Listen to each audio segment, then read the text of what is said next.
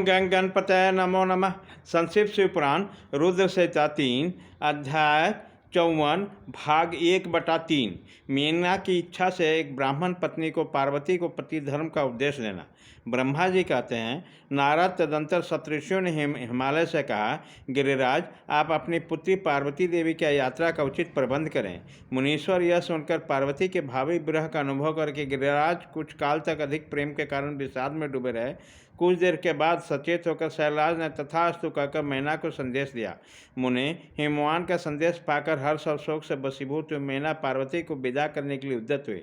शैलराज की प्यारी पत्नी मैना ने विधिपूर्वक वैदिक लौकिक कुलाचार का पालन किया और उसी समय नाना प्रकार के उत्सव मनाए।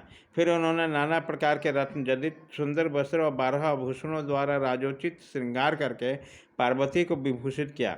तत्पश्चात मैना के मनोभाव को जानकर एक सती साध्वी ब्राह्मण पत्नी ने गिरिजा को उत्तम पतिव्रत की शिक्षा की।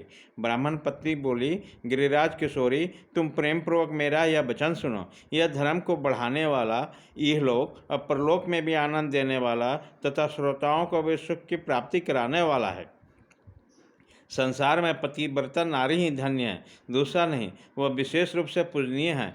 पतिव्रता सब लोगों को पवित्र करने वाली तथा समस्त पाप राशि को नष्ट कर देने वाली है। शिवे, जो पति को परमेश्वर के समान मानकर प्रेम से उसकी सेवा करती है, वह इस लोक में संपूर्ण भोग का उपभोग करके अंत में कल्याणवासी गति को पाती है। सावित्री, लोपमुद्रा, अंधरुति, शांडली, शत्रुपा, अनुसुईया, लक्ष्मी, स्वता, सती, संज्ञा, सुमति, श्रद्धा, मेना तथा स्वाहा, ये तथा और भी बहुत सी स्त्रियां साध्वी कही गई है। यहाँ विस्तार पूर्वक उसका नाम नहीं लिया गया है। वह अपने पतिव्रत के बल से सब लोगों का पूजनीय तथा ब्रह्मा विष्णु श्री मुनीश्वरों को भी माननीय हो गया। इसलिए तुम्हें अपने पति भगवान शंकर की सदा सेवा करना चाहिए। वे दीन दयालु, सबके सेवनीय और सत्पुरुषों के आश्रय हैं। श्रुतियों और स्मृतियों में पतिव्रत को महान बताया गया है। उनको जैसा श्रेष्ठ बताया गया है वैसा दूसरा धर्म नहीं है, यह निश्चय पूर्वक कहा जाता है। पतिव्रत धर्म में तत्पर रहने वाली स्त्री अपने प्रिय पति के भोजन कर लेने पर ही भोजन करें। सिवे, जब पति खड़ा हो तो साध्वी स्त्री को भी खड़ी हो जानी चाहिए। शुद्ध बुद्धि वाली साध्वी स्त्री प्रतिदिन अपने पति के सो जाने पर सोए, उनके जागने से पहले जग जाए। यह छल कपट छोड़कर सदा उसके लिए हितकर कार्य करे।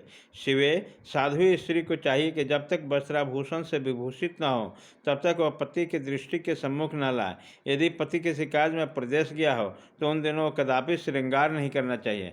पतिव्रता स्त्री कभी पति का नाम नहीं ले। पति के कटु वचन कहने पर बदले में कड़ी बात न कहे।